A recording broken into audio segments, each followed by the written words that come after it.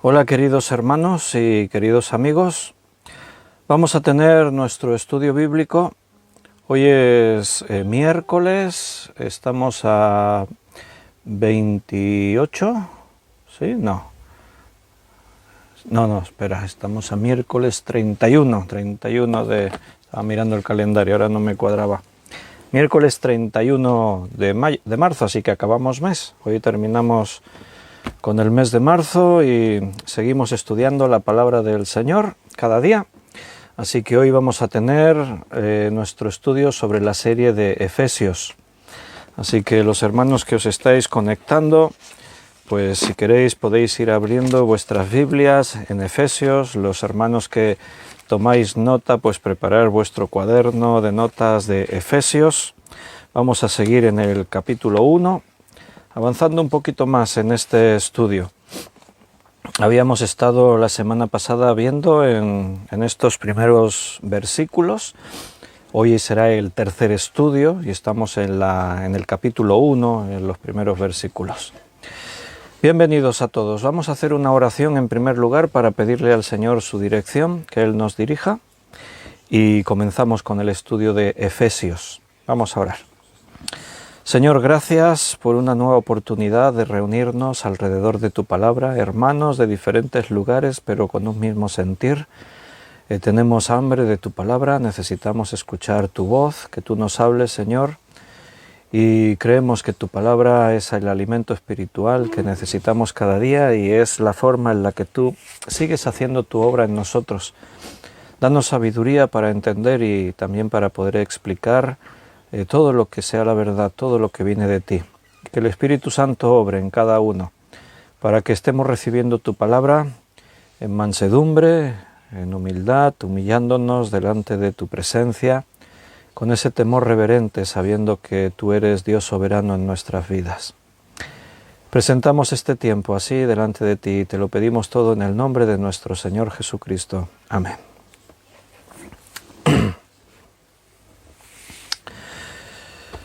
Bien, queridos hermanos, como hemos dicho, vamos a estudiar un estudio más de la serie de Efesios. Estamos en el capítulo 1. Puede ser que alguna vez algún hermano se conecta y no ha escuchado los estudios anteriores. En principio, si los escuchas mejor, pero no pasa nada porque puedes escuchar cada vez que abrimos la Biblia. Es un mensaje exclusivo que Dios tiene para nosotros y entonces pues seguro que hoy el Señor nos quiere decir cosas. Bienvenidos a todos los que habéis escrito en el chat en directo, hacer mención. Ana Karina ha escrito, buenas tardes. Y Yoli y Gaby también han escrito, buenas noches. Juan Vázquez, buenas tardes. José María, buenas noches. Juan Bermudo, hola Juan, bienvenidos a todos. Miriam, buenas tardes. Luz Bañuelas, buenas tardes, Luz. ¿Quién más tenemos por aquí? Paco, Rosario, Tamara, buenas tardes, bienvenidos. María Luisa, que la tenemos por México, a María Luisa. Buenas tardes, buenas noches, Alina, buenas noches. Bueno, digo que anda por México María Luisa, pero igual ha venido ya. No, yo creo que está todo bien por allá. Alina, buenas noches. Ana Rita, bendiciones. Liliana, buenas tardes. Esther, buenas tardes a todos. Bienvenidos. Tenéis la Biblia abierta en Efesios capítulo 1. Vimos la salutación, los dos primeros versículos, y la semana pasada estuvimos meditando en el versículo 3, 4, 5, 6, ahí estábamos viendo. Hoy vamos a retomar ahí. Vamos a recordar estos versículos. Leemos del 3 al 6. Bendito sea el Dios y Padre de nuestro Señor Jesucristo, que nos bendijo con toda bendición espiritual en los lugares celestiales en Cristo, según nos escogió en Él antes de la fundación del mundo, para que fuésemos santos y sin mancha delante de Él, en amor habiéndonos predestinado para ser adoptados hijos suyos por medio de Jesucristo, según el puro afecto de su voluntad, para alabanza de la gloria de su gracia, con la cual nos hizo aceptos en el amado. Nos detenemos ahí, pero el texto continúa. Recuerda, de hecho aquí tenemos una sola oración gramatical en todos estos versículos del 3 al 14. No hay puntos y aparte, hay uno, pero está ahí en medio e incluso lo podríamos haber eliminado con una coma, Pero hay mucha enseñanza, así que vamos a continuar. Habíamos estado hablando de que el Señor nos ha elegido. Hablamos de lo que significa eso, elegidos ¿para qué? Para ser diferentes, dijimos. El cristiano ha sido llamado a cumplir con las normas, por un lado civiles, las leyes civiles, por otra parte con los mandamientos de Dios. Cuando aquí se nos llama a una vida diferente, no quiere decir, como el mismo Jesús en la oración decía, no ruego que los quites del mundo, sino que los guardes del mal. Así oró Cristo. El hecho de que somos escogidos, elegidos, no es que Dios nos saca del mundo, seguimos en el mundo. Y en el mundo, la misma palabra de Dios nos enseña que tenemos que seguir cumpliendo con las leyes civiles, las leyes humanas, siempre y cuando no nos obliguen a desobedecer la ley de Dios, porque la palabra de Dios también nos enseña que nos es más imprescindible obedecer a Dios antes que a los hombres. Entonces, allí donde tú estés, tienes que ser un ejemplo, porque fuiste escogido para con Dios. El versículo 5 y el 6 nos habla del plan de Dios para nuestras vidas. Aparece la palabra adopción, dice ahí en el versículo 5. Según nos escogió en Él antes de la fundación del mundo para que fuésemos santos y sin mancha delante de Él. El otro día estábamos meditando eso en el versículo 4. Y ahora en el 5 dice, en amor habiéndonos predestinado para ser adoptados hijos suyos por medio de Jesucristo. La adopción es un tema, una doctrina fundamental en el Nuevo Testamento que nos afecta a todos los que hemos creído en el Señor. Si tú has creído en el Señor Jesús como tu Salvador personal, entonces has sido adoptado como hijo de Dios. A veces tú escucharás a algunas personas en el mundo que por ignorancia de lo que la Biblia enseña, te van a decir, pero es que todos somos hijos de Dios. Y eso no es verdad, es falso. La afirmación correcta sería criaturas. Todos somos criaturas de Dios. Criaturas viene de creación. O sea, todos hemos sido creados por Dios. Dios creó todas las cosas y por ese orden, por ese principio, todo le pertenecería a Él. Somos creados por Dios, somos criaturas de Dios. Pero hijos no.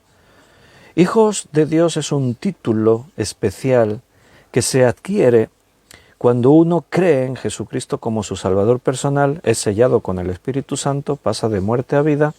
Entonces hay una doctrina básica que es la adopción. Entonces somos adoptados hijos de Dios.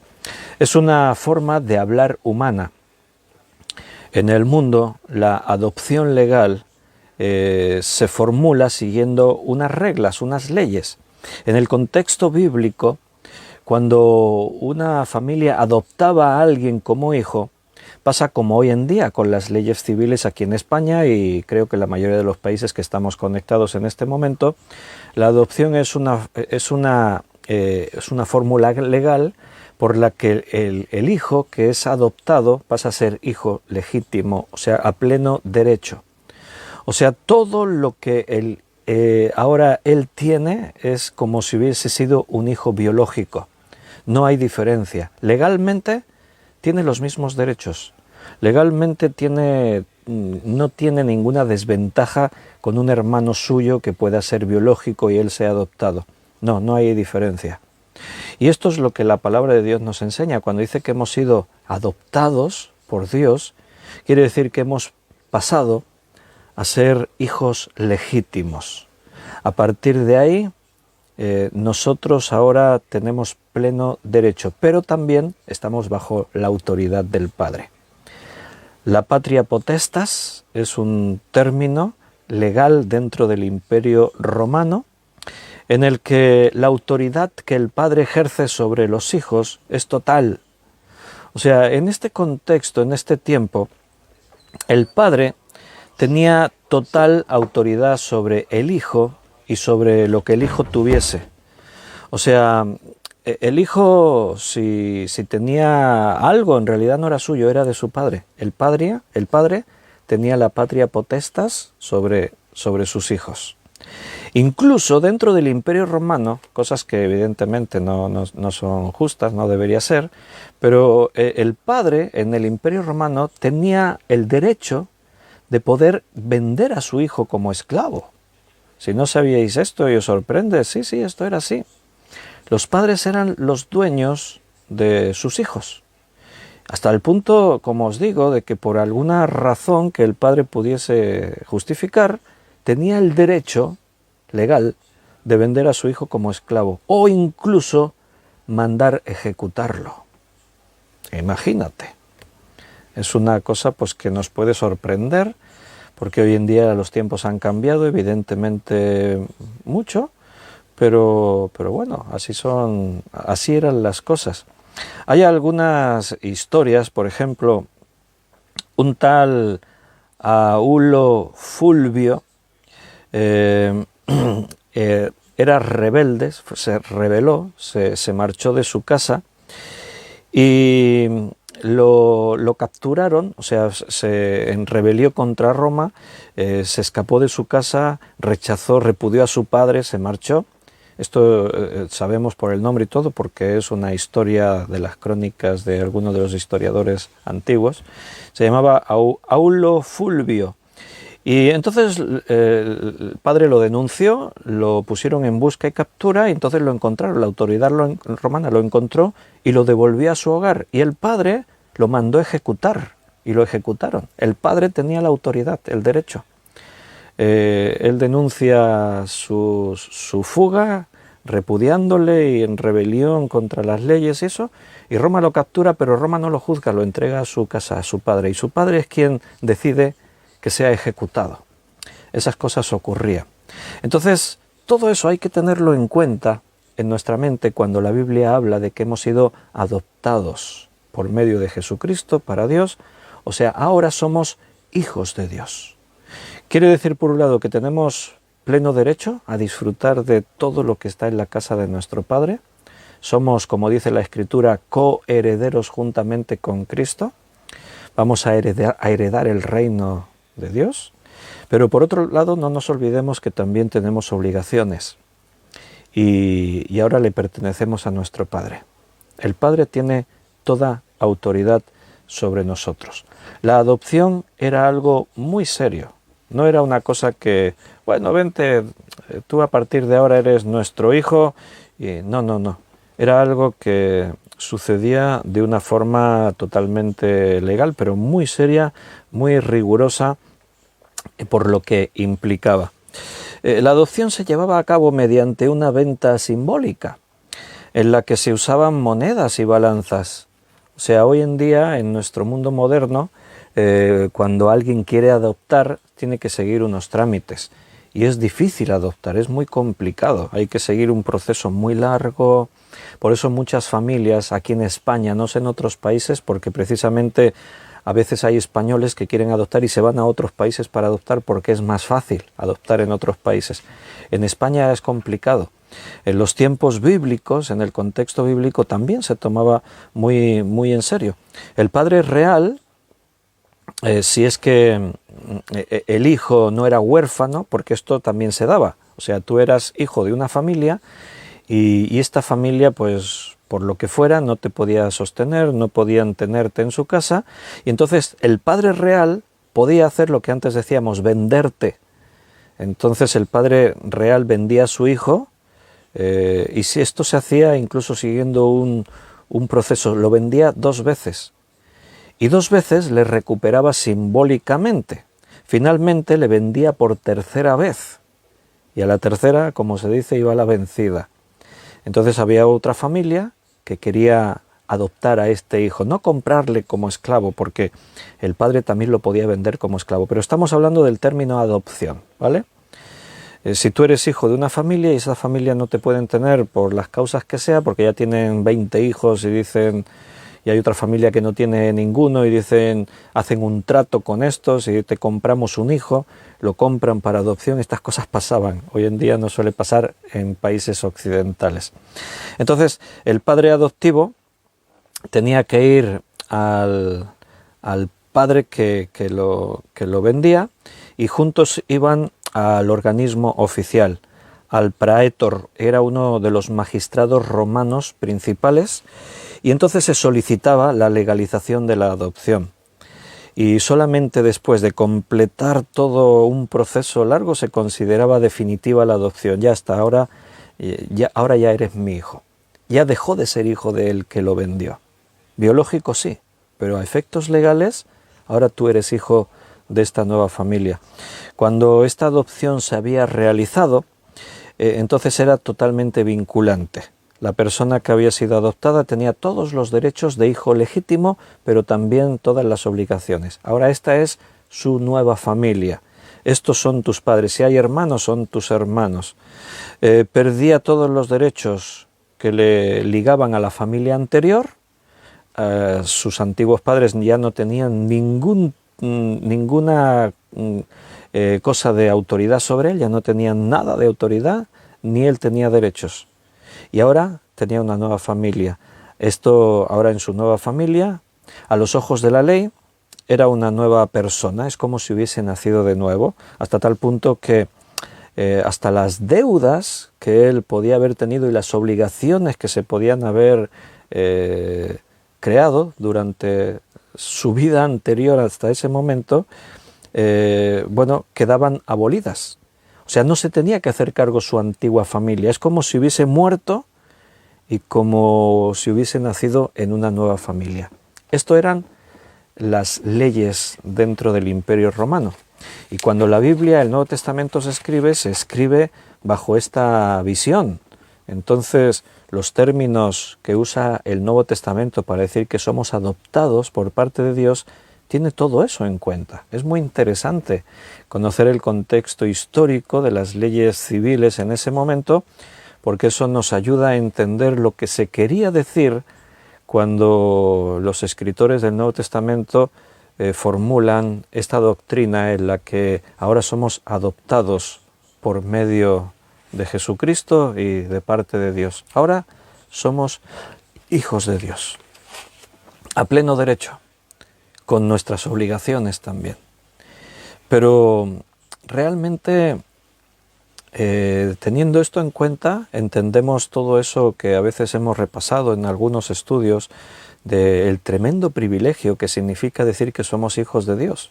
Allí en Hebreos, los otros días yo lo estaba citando, hablando de Jesucristo, dice el texto: porque ¿a cuál de los ángeles dijo Dios jamás, mi hijo eres tú, yo te he engendrado hoy? A ninguno de los ángeles de los cielos se le trata de esa forma, como hijo engendrado, como hijo legítimo en una relación padre-hijo. De los ángeles de los cielos, la Biblia dice que son espíritus ministradores, pero no se les da el mismo título que tiene Cristo. Cristo se le habla de hijo. Pero eso, ¿dónde nos sitúa a nosotros? Bueno, como hermanos de Cristo. En un sentido, podríamos hablar de que somos hermanos de Cristo por todos estos términos. Adopción. Hemos sido adoptados. La Biblia dice que Cristo es el primogénito entre muchos hermanos. La Biblia dice que somos coherederos juntamente con Cristo. Por eso la Escritura también y el mismo Cristo enseñó de que nos da el derecho de podernos sentar con Él en su trono. De ocupar esa posición de honor, de poder reinar sobre el mundo, reyes y sacerdotes, ejercer como sacerdotes y también como jueces. La Biblia habla de que juzgaremos a las naciones. ¿Cómo podemos entender todo eso? Mediante la doctrina de la adopción. Hemos sido adoptados, nos hemos convertido en hijos de Dios. Un gran honor también requiere de una gran responsabilidad. Si tú entiendes esto, si vives como hijo del Rey de Reyes, si vives como hijo de Dios, tienes que comportarte como un hijo de Dios. No puedes actuar como a ti te parezca, no puedes vivir de cualquier manera. No, tienes una tremenda responsabilidad. Cuando estudiamos la palabra de Dios y asumimos todas estas enseñanzas, todas estas leyes espirituales, esto nos tiene que ayudar a elevarnos en nuestra forma de ver las cosas. A veces hay cristianos que van por la vida como no sé, como si fuese realmente una carga pesada ser cristiano, como que es todo cumplir con un conjunto de obligaciones, pero tenemos que entender lo que somos. somos la luz del mundo, somos la sal de la tierra, somos hijos de Dios, somos los colaboradores de Dios, Cristo nos llamó amigos, en fin, el cristiano que nació de nuevo, sin duda es algo especial, una nueva creación. Y nos tenemos que comportar como tales. Es un tremendo honor que requiere de nuestra parte una respuesta firme en cómo nos tenemos que comportar. Bien, esto sería la coletilla final de lo que nos faltaba la semana pasada de estar reflexionando, cuando hablamos de que fuimos elegidos y en conjunto con esta idea de la adopción. Pero hoy vamos a hablar más de un tema que aparece aquí en este versículo 5, que es la palabra predestinados. La predestinación es un tema complicado en la doctrina cristiana, es un tema que ha generado mucho debate, se ha escrito muchísimo sobre la predestinación, hay diferentes posturas, hay diferentes enseñanzas, y hoy nos vamos a detener en este tiempo que nos queda para tratar de ver un poquito acerca de la predestinación, porque dice ahí que en amor habiéndonos predestinado para ser adoptados hijos suyos por medio de Jesucristo según el puro afecto de su voluntad. Bien, hay algunos maestros bíblicos que sobre estos textos, este y otros en la Escritura que hablan de la predestinación, interpretan que todos los que han creído estaban predestinados para creer. Yo conozco algunos predicadores, maestros así conocidos, algunos son muy conocidos en Internet, en YouTube, en Facebook, en redes sociales, escriben y enseñan acerca de esto. Pero, bueno, sin pretender ser más sabios que nadie, pero tenemos que intentar ser humildes a la hora de estudiar la Biblia y aceptar que a veces más que una gran mente necesitamos, sí, conocer lo que la Escritura dice, ceñirnos a las reglas de interpretación y tener la humildad de venir para que Dios nos revele la verdad de su palabra. Porque a veces el problema lo tienen los grandes teólogos que se pelean entre ellos. Uno dice una cosa, otro dice otra. Y el Señor dijo en su palabra que estas cosas las escondió de los sabios y de los entendidos y se las reveló a los simples, a los niños. Y por eso tenemos que venir siempre con esa humildad a la palabra del Señor. Decir que el que es salvo se salva porque Dios lo predestinó, eso es algo peligroso, es algo complicado y que creo que va en contra de otras muchas enseñanzas muy claras que están en la Escritura, como que es la elección. La Biblia está llena de expresiones como el que quiera venga a mí y beba del agua de la vida, el que quiera ser mi discípulo, el que quiera. Si fuese por predestinación la salvación, entonces, ¿cómo entenderíamos que Jesús después diga el que quiera venga? ¿Se está riendo de los hombres? No, claro, si conocemos a Cristo jamás haría eso. Está engañándonos. Por un lado dice, bueno, si queréis ser salvos, venid. Y por otra parte solo se salvará aquel al quien Él haya escogido. Además entramos en conflictos con enseñanzas que el Señor nos ha dejado en su palabra, como por ejemplo cuando dice aquí el apóstol Pablo que Dios no retarda su promesa como algunos la tienen por tardanza, sino que lo que Dios quiere es dar la oportunidad para que todos puedan tener la oportunidad de proceder al arrepentimiento. O sea, encontramos que la voluntad de Dios es que todos se salven, de tal manera amó Dios al mundo, a todos. Y Dios quiere que todos se salven. Entonces, si fuese cuestión de que Dios decida quién se salva, evidentemente, por lo que la Biblia enseña, se salvarían todos, porque Dios escogería a todos. Entonces, evidentemente, cuando encontramos textos que hablan de la predestinación, se tiene que referir a otra cosa, porque la Biblia no se contradice y sería incompatible pensar que se salva quien Dios escogió, solamente los que Dios escogió. Eso nos dejaría la cruz en un interrogante. ¿Para qué muere Cristo en la cruz? Si al final se salvará quien Dios quiera. Eso nos deja planteamientos de que nos deja una puerta abierta a un Dios cruel, porque va a permitir, dependiendo de él que alguien se salva, va a permitir que se condene. ¿Dónde queda el libre albedrío? ¿Para qué hace Dios al hombre libre con la opción de pecar? O sea, eso nos dejaría la Biblia realmente hecha un lío, todo muy confuso. Por eso os digo que me sorprende que algunos maestros reconocidos sean tan ligeros a la hora de enseñar sobre este tema y decir cosas de esta manera, ¿no? Se salvan los que Dios decidió que se salven. ¿Cómo? No puede ser, ¿no? Bueno, vamos a hablar un poquito acerca de esto.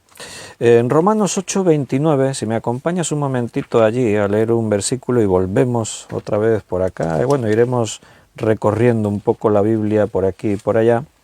Pero te quiero leer un versículo en Romanos 8:29.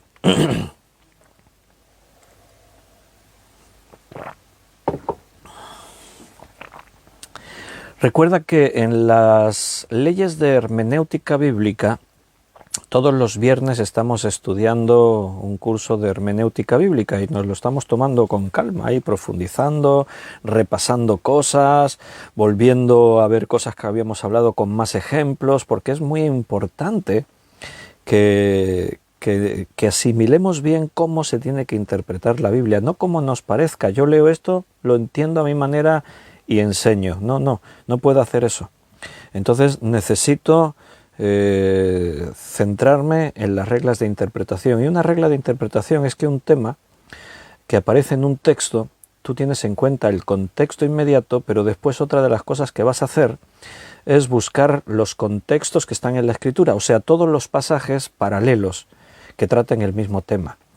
Y siguiendo las leyes de la gramática, teniendo en cuenta los hebraísmos de la época, las costumbres, la situación social, política. Por ejemplo, antes hablando de la adopción, nos hemos parado a contemplar la situación política y legal de los tiempos bíblicos cuando se escribe sobre la adopción. Entonces, al hacer eso, entiendes mucho mejor, porque la Biblia se escribe en un contexto y en ese contexto el que escribe y los que oyen querían transmitir algo y entendían algo.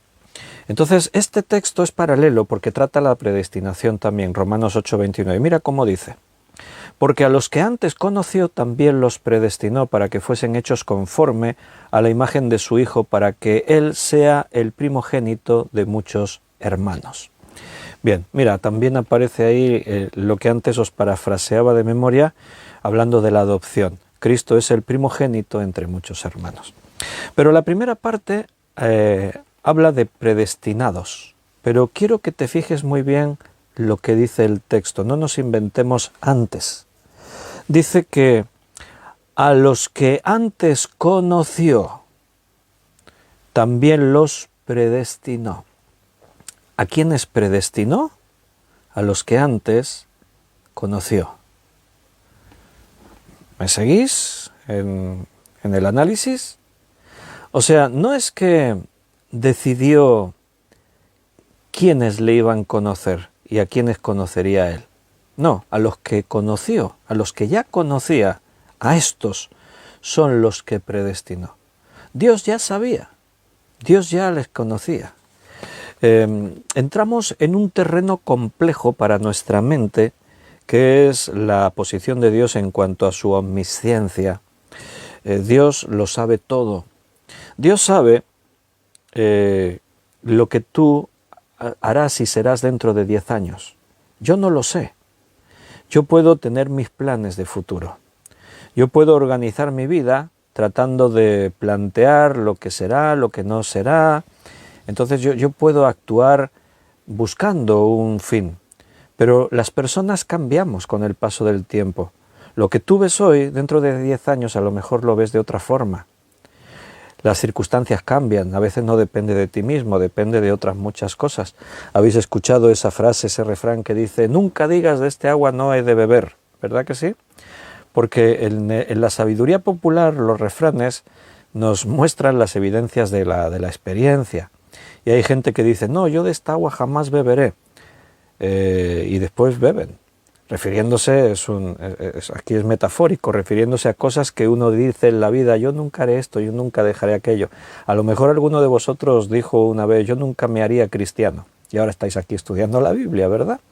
Nunca sabemos lo que pasará por nuestra mente y cómo seremos dentro de unos años, pero Dios es inmutable, Dios no cambia y Dios sabe todo. Él sabe lo que va a ocurrir mañana, Él sabe lo que ocurrirá dentro de 10 años. Para Dios no hay misterios. En base a su omnisciencia, Dios trata, Dios actúa, Dios prepara las cosas. La vida de Moisés. ¿Dónde juega la predestinación un papel en la vida de Moisés? Situémonos en la historia. El pueblo hebreo son esclavos en Egipto. El faraón tiene temor de los hebreos porque es un pueblo que crecen rápidamente, se multiplican.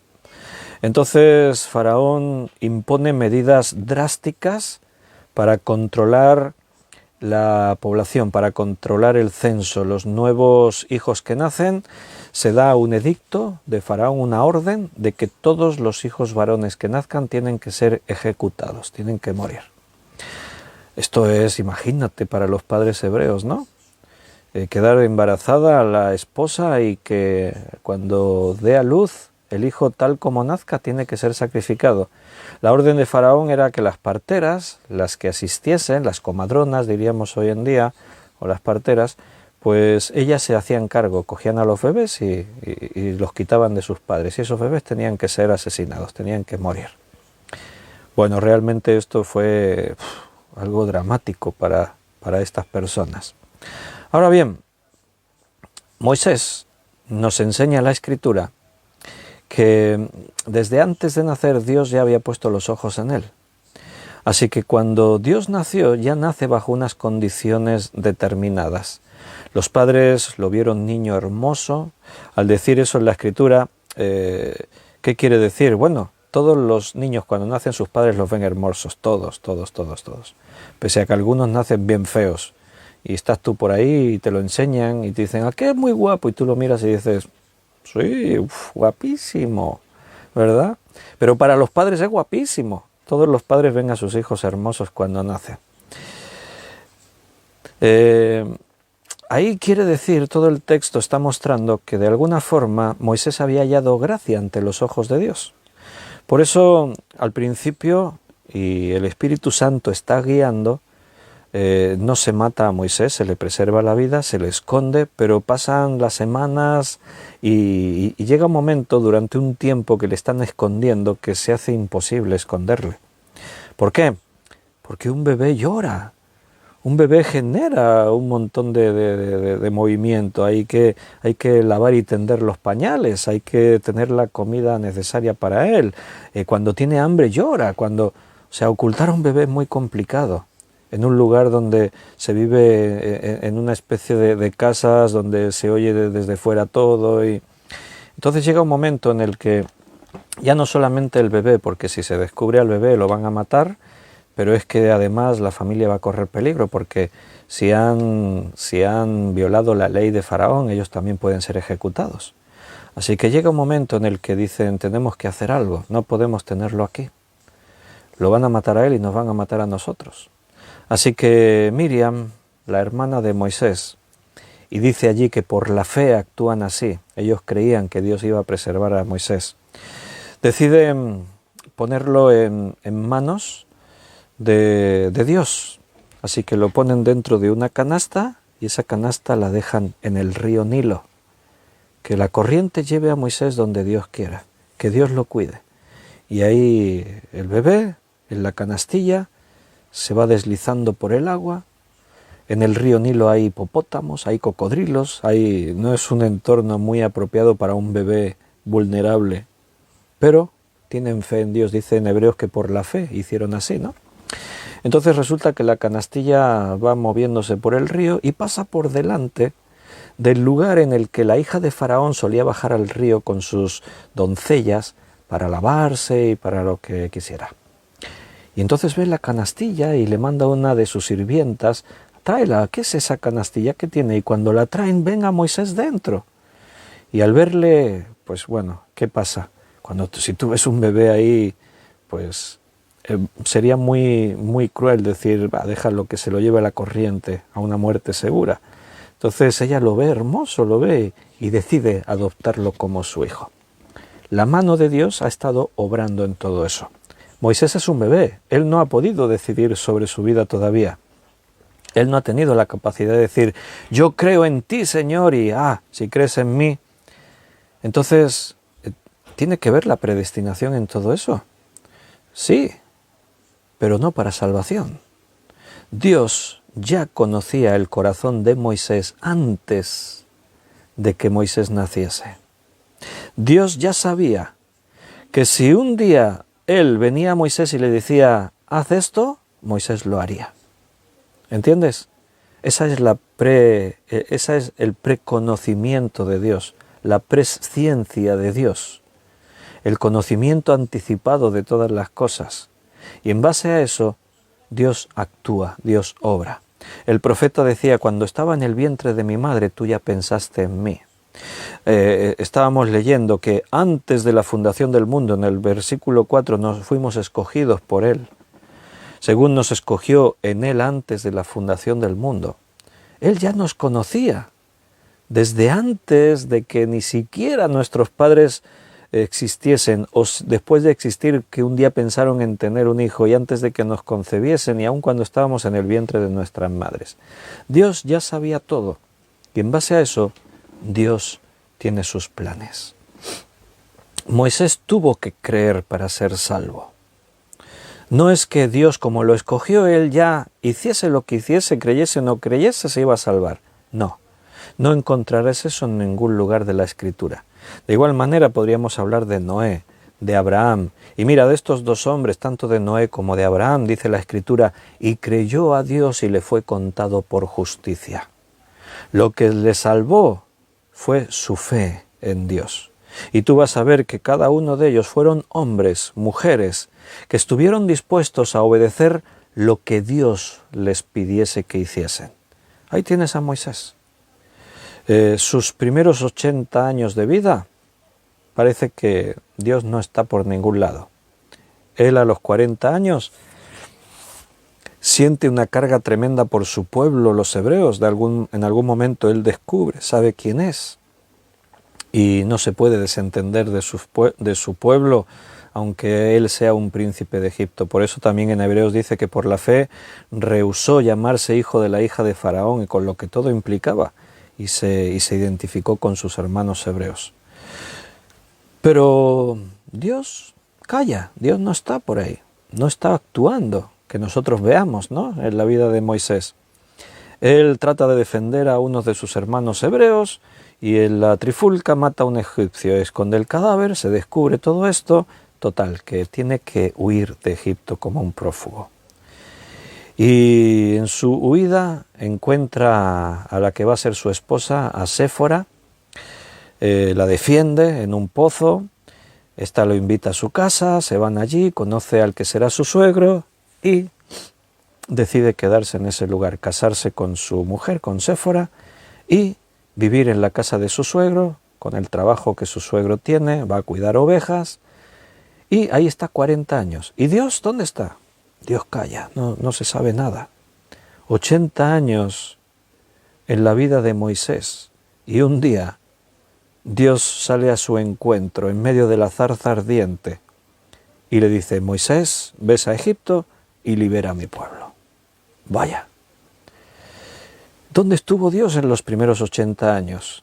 Tratando con Moisés, solo que Moisés no lo sabía y nosotros no tenemos datos. Pero vemos que su nacimiento estuvo guardado por Dios. Por lo tanto, vemos que Dios tenía un plan para su vida. Y los 80 años de la vida de Moisés le sirvieron para lo que fue después. Esos 40 años en la casa de Faraón, bueno, le llevaron a adquirir un nivel de cultura, de conocimientos, todo eso le sirvió para cuando él tuvo que volver después a hablar con Faraón. Sabía a quién se enfrentaba, les conocía sus artes mágicas, conocía su forma de ver las cosas, todo eso le iba a servir. Pero también le sirvieron esos 40 años de pastor en el desierto. Como David dijese, como pastor, cuando viene un león o un oso, yo defiendo a las ovejas. Moisés tendría, vete a saber, imagínate, con salteadores, con fieras, la paciencia de tener que estar ahí día tras día en el desierto, aprender a conducir los rebaños, a buscando los mejores pastos. Después iba a tener que conducir a un rebaño mucho mayor, 40 años por el desierto también. 80 años, Dios lo prepara y después lo llama. Entonces tú vas a ver que tenemos esa doble cara. Por un lado, Dios obrando, Dios preparando, pero por otra parte, la voluntad de Moisés. Porque Dios sale y le llama, Moisés, ves. Y vemos al principio Moisés poniendo impedimentos. Pero ¿quién soy yo para ir a hablar con Faraón? ¿Pero cómo me van a reconocer los israelitas como jefe, como líder? Pero si no sé ni hablar, ¿pero cómo voy a poder? Y Dios tratando con él, Dios convenciéndole, podríamos humanamente decirlo así de esta forma, Dios tratando de convencerle. Pero al final Moisés tiene que decidir, Dios no le va a obligar, porque somos libres. Y al final Moisés decide, y al final Moisés obedece y va. Vemos esa doble cara, ¿te das cuenta? Por un lado Dios lo va preparando todo, pero por otra parte es el carácter de la persona.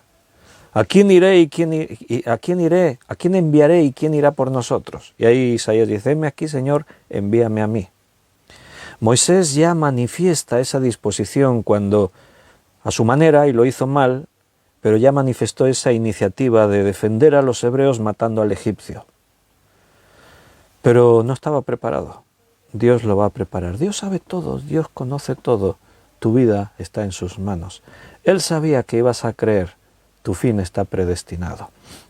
Precisamente aquí en Efesios, donde vuelvo a estar, en ese versículo desde el 3, 4, 5, 6 que estamos estudiando, el otro día hablábamos de escoger, Él nos escogió, y citamos esas palabras de Jesús que dijo, muchos son los llamados, pocos los escogidos. ¿Qué quiere decir?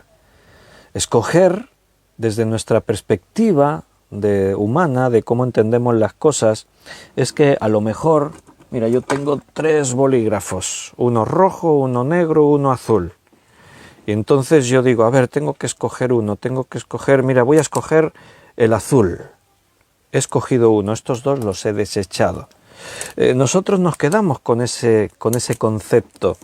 En el castellano la palabra escoger nos lleva a pensar en eso. Según nos escogió, quiere decir que me escogió a mí y desechó a otros muchos. Esa es mi forma de entender, pero no es así. El decir, muchos son los llamados, ¿para qué te llama Dios y después no te va a escoger? ¿Entiendes? No, Él te llama para que tú oigas su voz. Pero entonces, ¿a quiénes escoge? Solo a los que responden positivamente a su llamado. Si tú llamaste, ahora eres parte de su elección. Son doctrinas complejas. Yo entiendo que para asimilar algunas de estas cosas no solo basta con un estudio bíblico, sino que necesitamos años de estudio. Conocer muy bien la Biblia, meterte un poco en el pensamiento de Dios, entender textos, matices, cosas que hay por ahí. Por eso la palabra de Dios habla de que la leche espiritual y el alimento sólido. Los que son nuevos creyentes, si hay algunos aquí que el profundizar en la Biblia les está resultando algo nuevo y te encuentras en un conflicto a la hora de tratar de entender estos temas doctrinales, simplemente no te obsesiones, deja que el tiempo pase y ya irás comprendiendo mucho mejor. Antes de avanzar, déjame que repaso un poco en los comentarios, porque creo que alguien había escrito aquí. Nancy había dicho, buenas tardes, hermanos. ¿Será porque las promesas que fueron hechas a Adán y Abraham referente a su descendencia y la predestinación tiene alguna relación? Bueno, evidentemente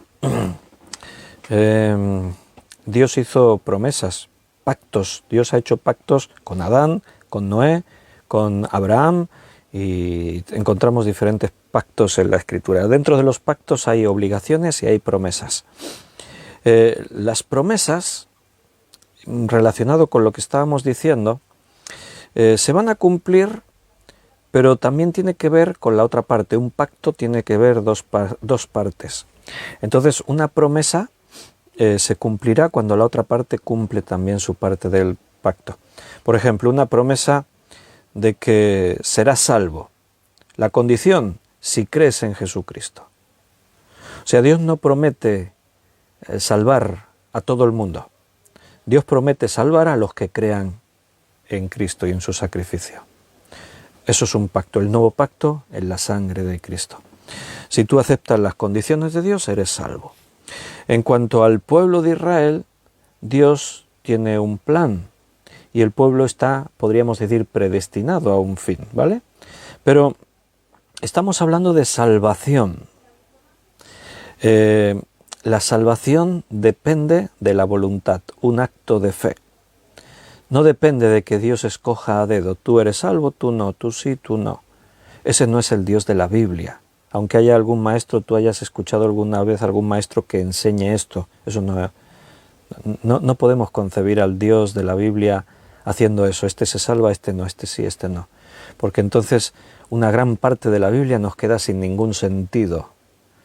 Entre otras cosas, ¿qué hacemos la Iglesia aquí con el mandamiento del Señor de ir a predicar el Evangelio? Si se van a salvar los que Dios haya decidido que se salven, ¿para qué esforzarnos en predicar? Es una forma de deshonrar a los mártires que han muerto por predicar el Evangelio. Sería como decir, ¿quién se ha reído de ellos? Id a predicar, moriréis y sufriréis por predicar, total. Si no hubiesen predicado, también se van a salvar los mismos, porque es lo que Dios decide. No, es absurdo, eso no tiene sentido.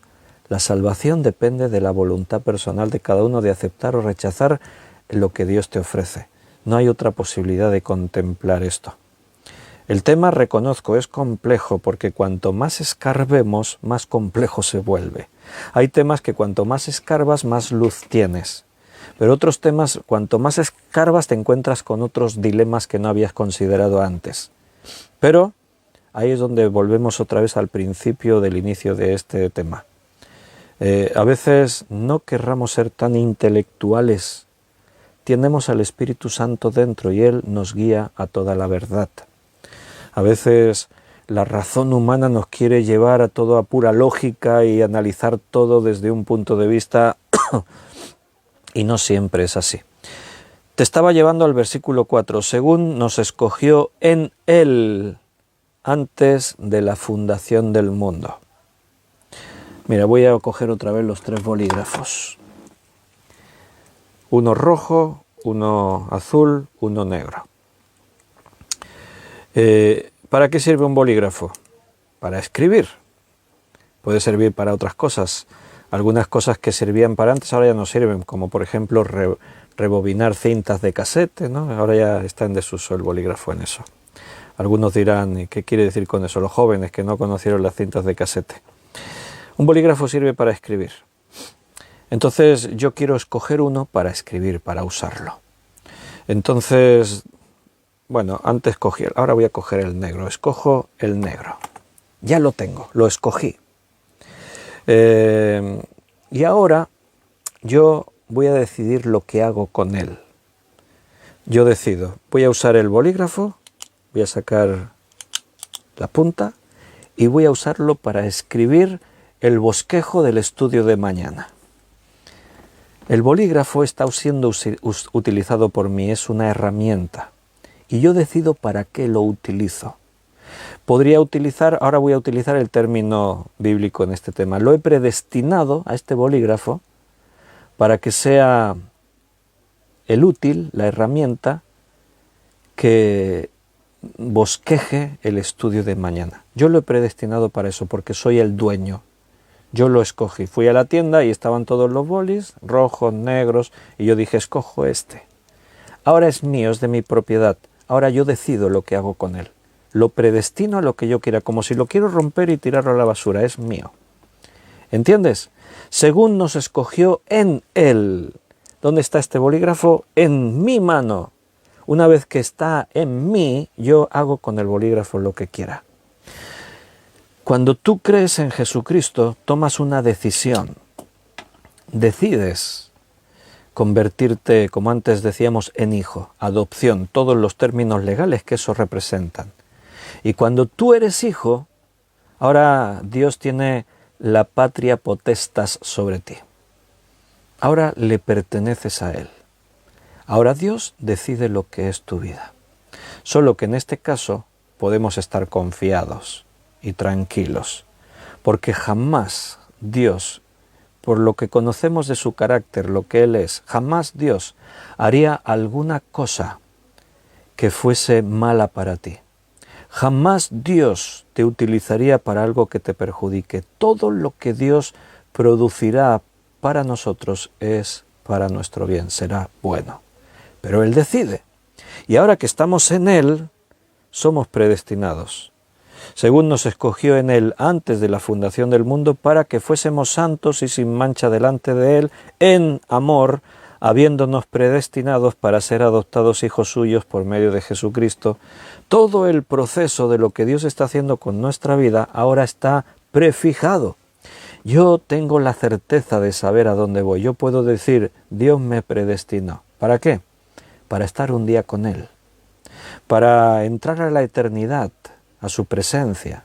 Dios me predestinó para lo que Él quiso. Él me llamó, yo puedo hablarte de mi testimonio, Él me llamó para ser pastor.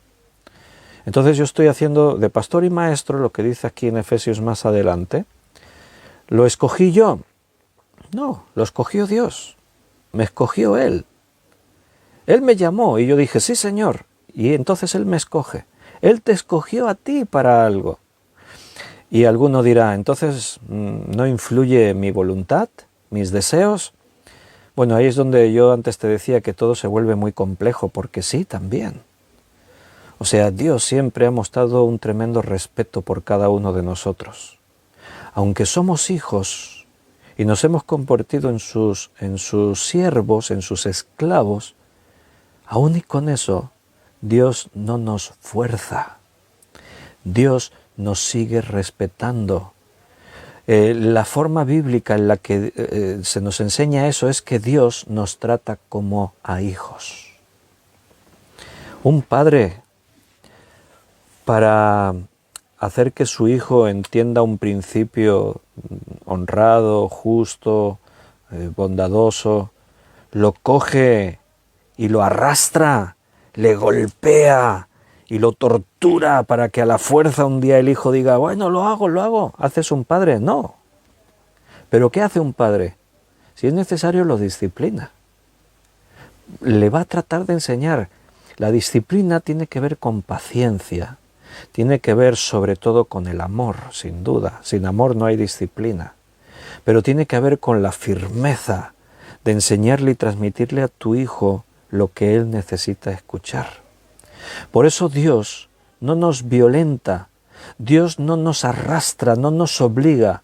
Si hace falta, Dios nos espera y trata con nosotros, si somos hijos. La Biblia dice que Dios al que ama disciplina y azota a todo aquel que tiene por hijo. Y Pablo utiliza el término bastardo también para decir que si tú no eres un hijo legítimo y eres un bastardo, entonces Dios no trata contigo como hijo, porque no eres hijo.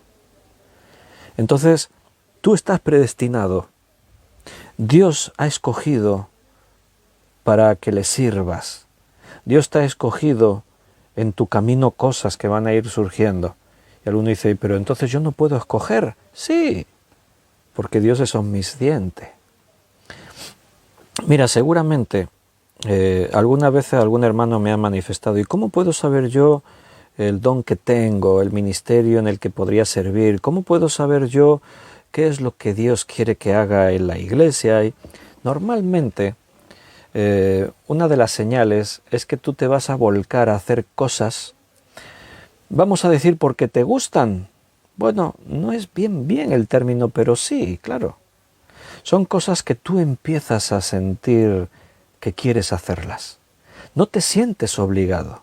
De pronto empiezas a hacerlas. En mi caso, No es que un día me nombraron pastor. En mi caso, pasa en muchos casos, es que yo estaba haciendo de pastor. Yo me preocupaba el alimento que las ovejas tenían que tener. Yo me preocupaba en su bienestar. Si había problemas, yo me preocupaba. Entonces, después de un tiempo, yo noté que la gente pues me llamaba pastor. Pastor, pastor, pastor. Y llega un momento en el que lo asumes y dices, vaya, pues parece que soy pastor. La gente lo reconoce. No es por nombramiento. Los servicios en la iglesia son por reconocimiento.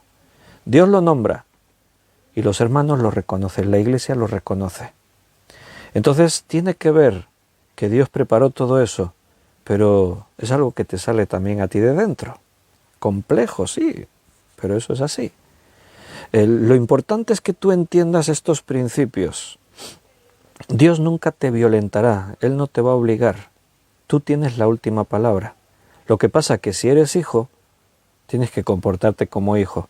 Y Dios te tratará como padre. ¿Quieres un ejemplo? Jonás.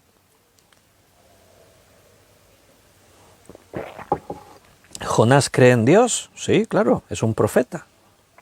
Es profeta de Dios, o sea, un profeta es aquel a quien Dios usa. Si lo usa es porque Dios lo capacitó, le dio el Espíritu Santo, es una persona dispuesta a decir Señor sí.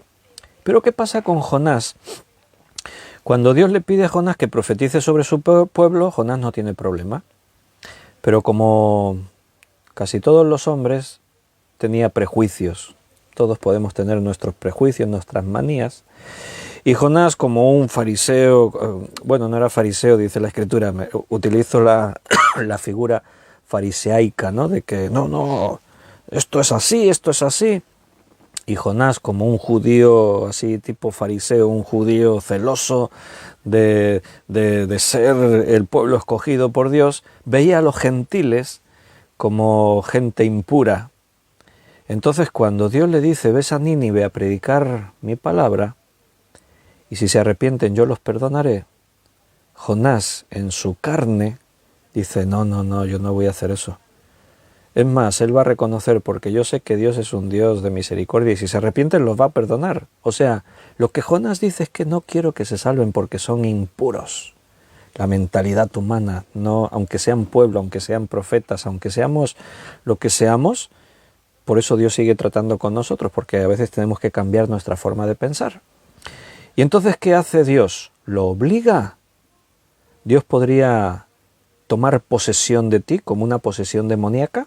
Él podría tomar posesión de tu mente, de tus actos, y aunque yo no quiera, Dios me podría utilizar como un robot y moverme en la dirección que Él quiera, y Él podría tomar el control de mi mente porque Dios es todopoderoso, puede hacer lo que quiera. Pero Dios no hace eso. ¿Qué hace Dios? Nos trata como a hijos. ¿Qué hizo con Jonás? Lo disciplinó.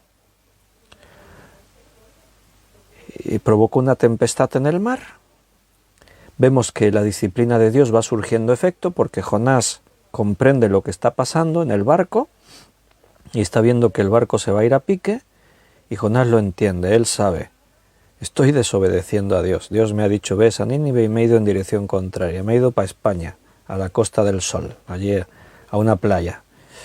Y él está ahí y la tribulación, la disciplina, lo lleva a la reflexión. Es verdad.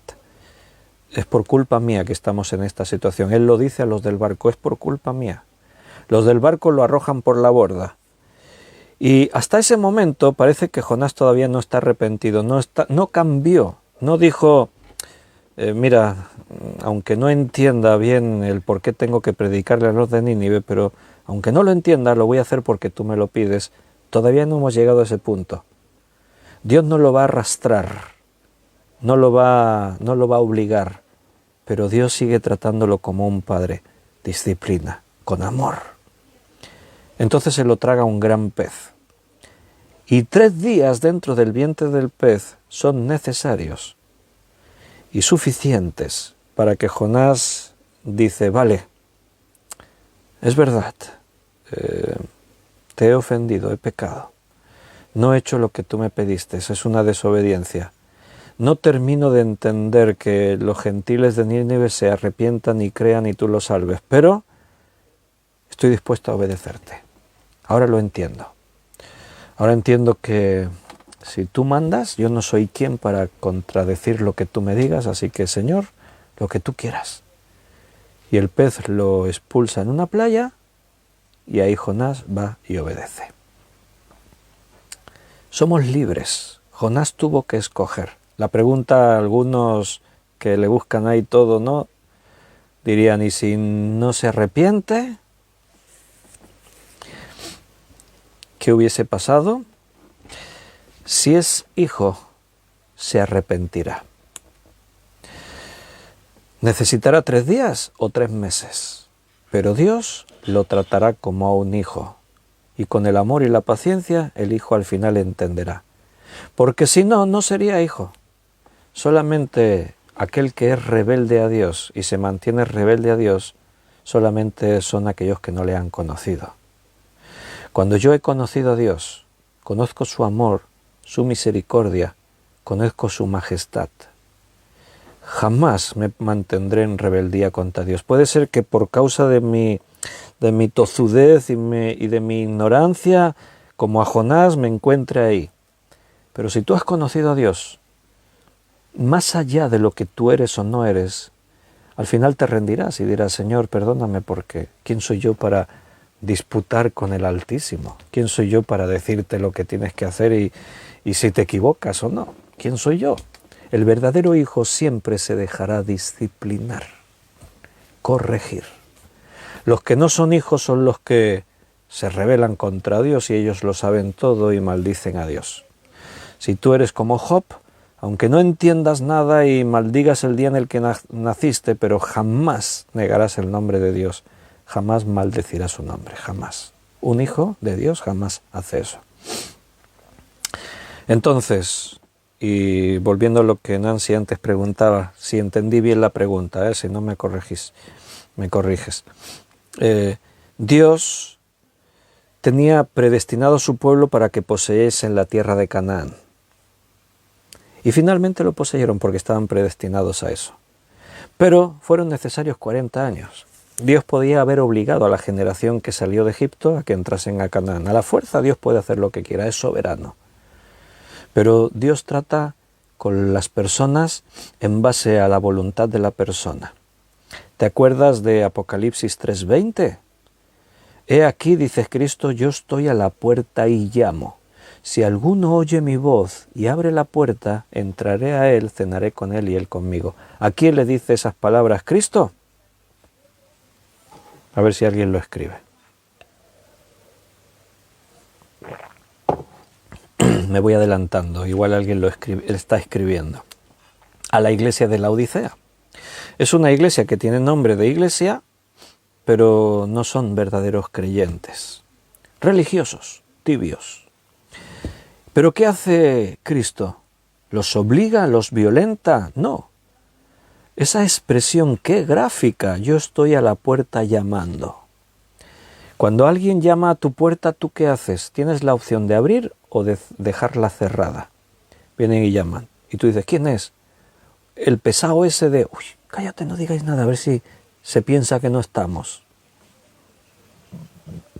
¿Hacéis eso? Espero que no. Pero tú puedes hacer lo que quieras, abres la puerta o no la abres. Puedes detrás de la puerta decir, no te puedo atender, que no es un buen momento, estoy entrando en la ducha, yo qué sé, puedes decir lo que quieras. Tú decides quién entra y quién no entra en tu casa.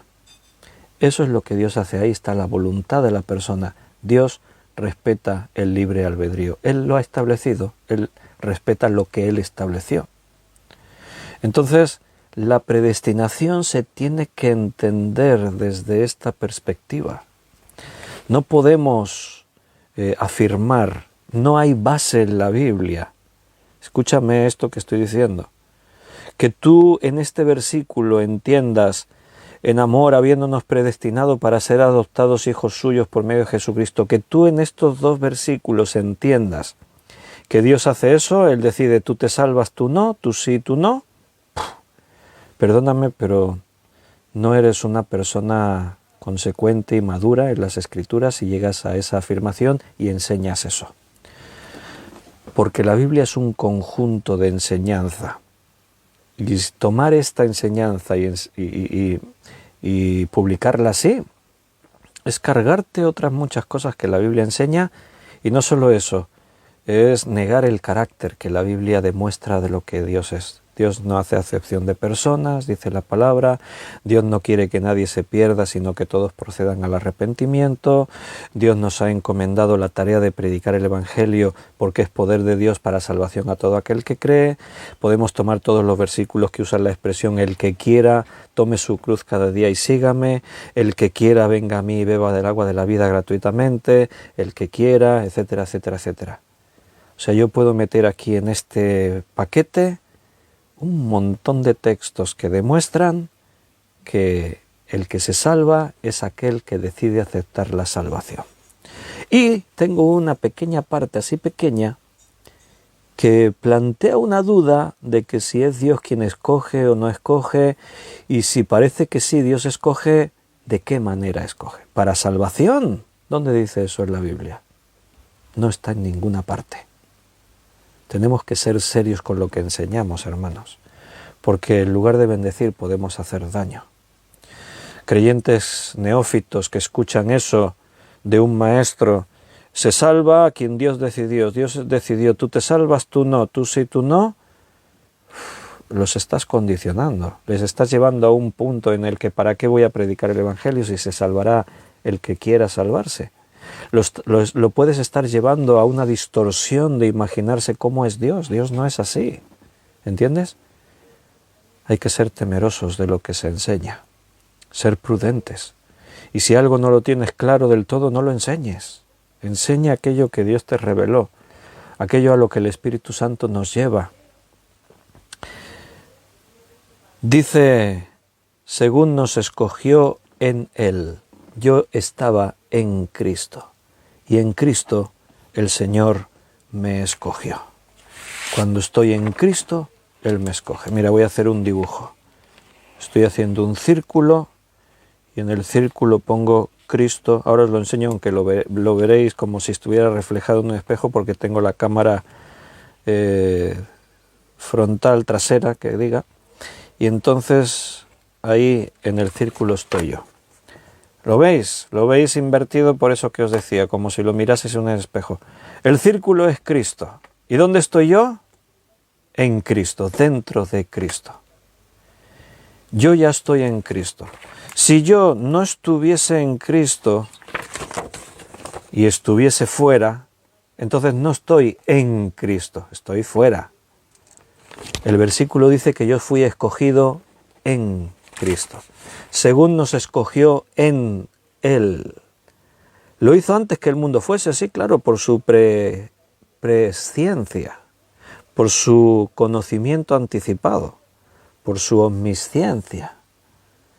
Él me pudo escoger antes de que yo existiese porque ya me conocía. Él ya conocía a Moisés antes que fuese concebido.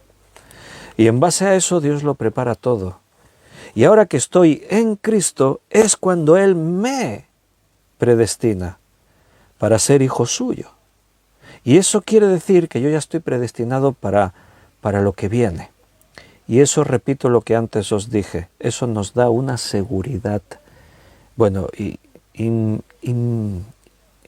total, una seguridad incuestionable, una seguridad completa.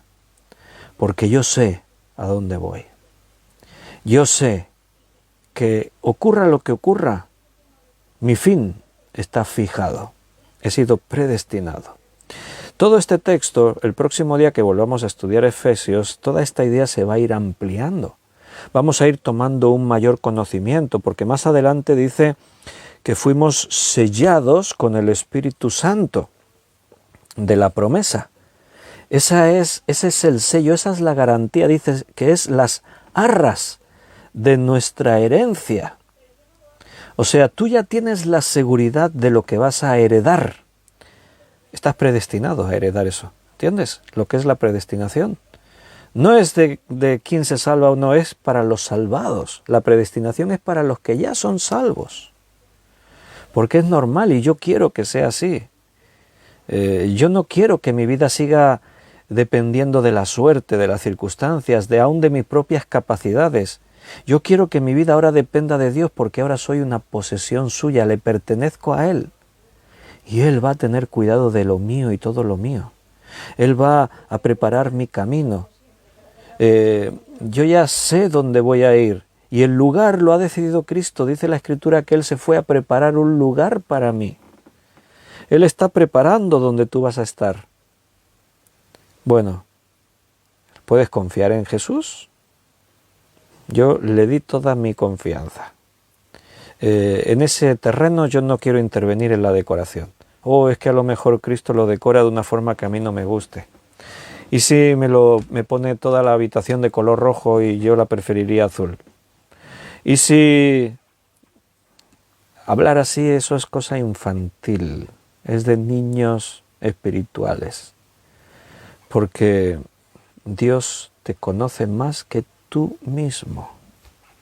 Dios sabe lo que te gusta más de lo que tú crees que te gusta.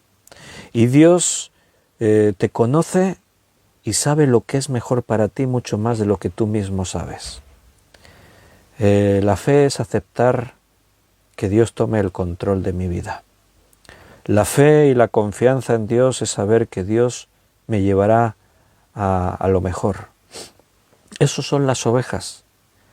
¿Tú crees que las ovejas, cuando el pastor las saca del redil por la mañana y las lleva a los pastos, te imaginas a las ovejas hablando entre ellas?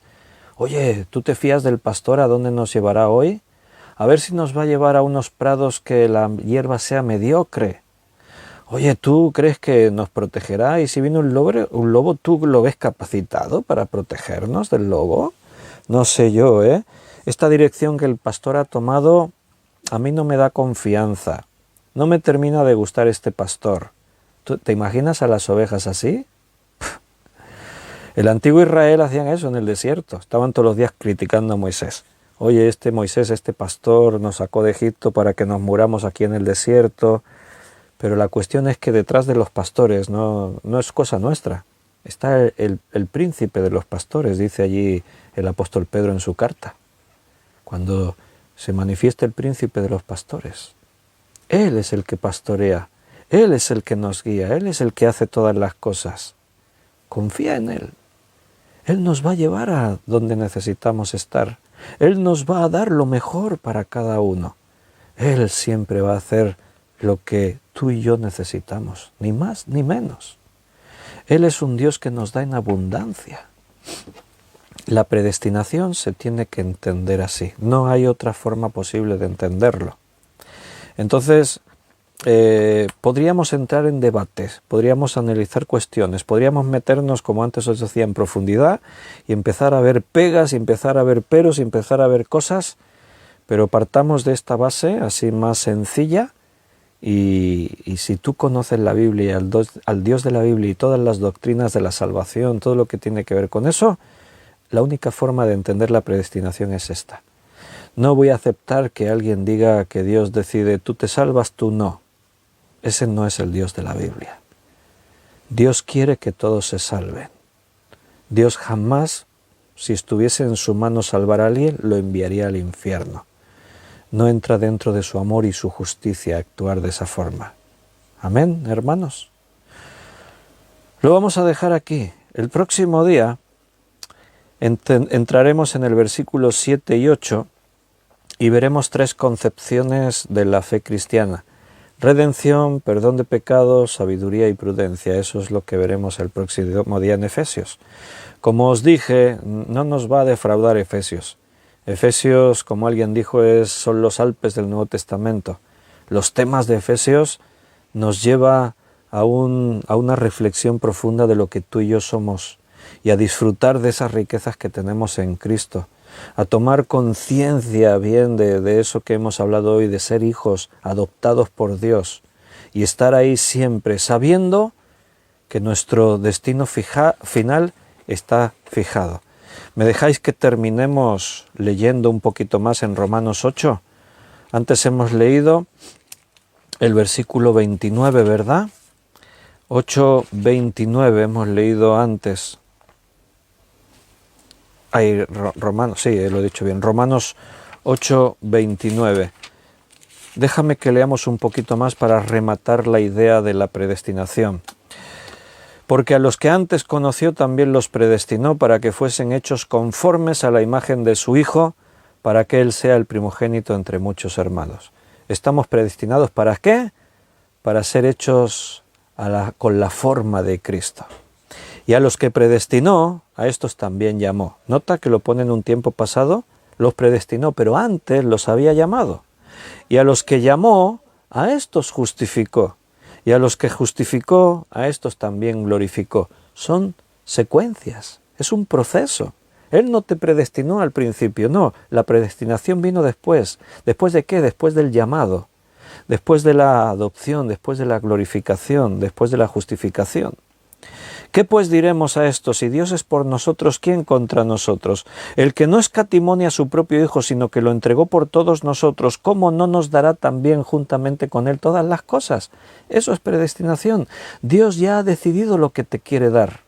Por lo tanto, ¿quién acusará a los escogidos de Dios? Dios es el que justifica. ¿Quién es el que condenará?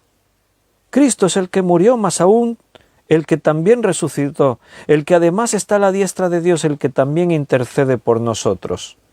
¿Te condenará después de que Él te salvó, te justificó? No, ahora ya estás predestinado a ser salvo. ¿Quién nos separará del amor de Cristo? ¿Habrá algo que pueda cambiar tu futuro? ¿Tribulación, o angustia, o persecución, o hambre, o desnudez, o peligro, o espada? Como está escrito, por causa de ti somos muertos todo el tiempo, somos contados como ovejas de matadero. En la cruz tú moriste juntamente con Jesús. Antes, en todas estas cosas somos más que vencedores por medio de aquel que nos amó. Por lo cual estoy seguro, dice Pablo, no le cabía la menor duda, de que ni la muerte ni la vida, ni ángeles, ni principados, ni potestades, ni lo presente, ni lo porvenir, ni lo alto, ni lo profundo, ni ninguna otra cosa creada nos podrá separar del amor de Dios que es en Cristo Jesús, Señor nuestro. Eso es predestinación. En Cristo nada va a poder cambiar lo que eres. Si estás en Cristo, nada. Ni lo alto, ni lo profundo, ni ninguna cosa creada, ni lo presente, ni lo porvenir, ni la vida, ni la muerte, nada podrá cambiar lo que Dios ya preparó para ti. Predestinados a ser más que vencedores, a heredar las riquezas que Dios tiene para nosotros. Hermanos, esto nos tiene que hacer vivir seguros, tranquilos y a no dejar de predicar el Evangelio, porque solamente aquellos que escuchen y crean serán salvos. Queridos hermanos, nos vamos a despedir aquí por esta noche. Hemos avanzado un poquito más, algún versiculito más ahí en Efesios. Nos queda mucho camino por recorrer y confiamos que el Espíritu Santo nos llevará. Mañana es jueves y volveremos al libro de Apocalipsis. Y si Dios nos permite, pues espero que nos podamos ver. Si surgen dudas, preguntas, cosas, pues me las podéis decir. Pero guarda en tu corazón todo lo que el Señor te dijo hoy y deja que su palabra actúe en nuestras vidas. Os amo con el amor del Señor, estáis en mis oraciones, sois una preocupación para mí. Y si Dios lo permite, mañana estaré impaciente, deseando que otra vez nos volvamos a ver, para que juntos podamos disfrutar de lo que Dios nos quiera decir en su palabra. Que terminéis de pasar este miércoles muy bendecidos de parte de Dios y nos vemos mañana si Dios quiere. Hasta mañana. Un abrazo fuerte.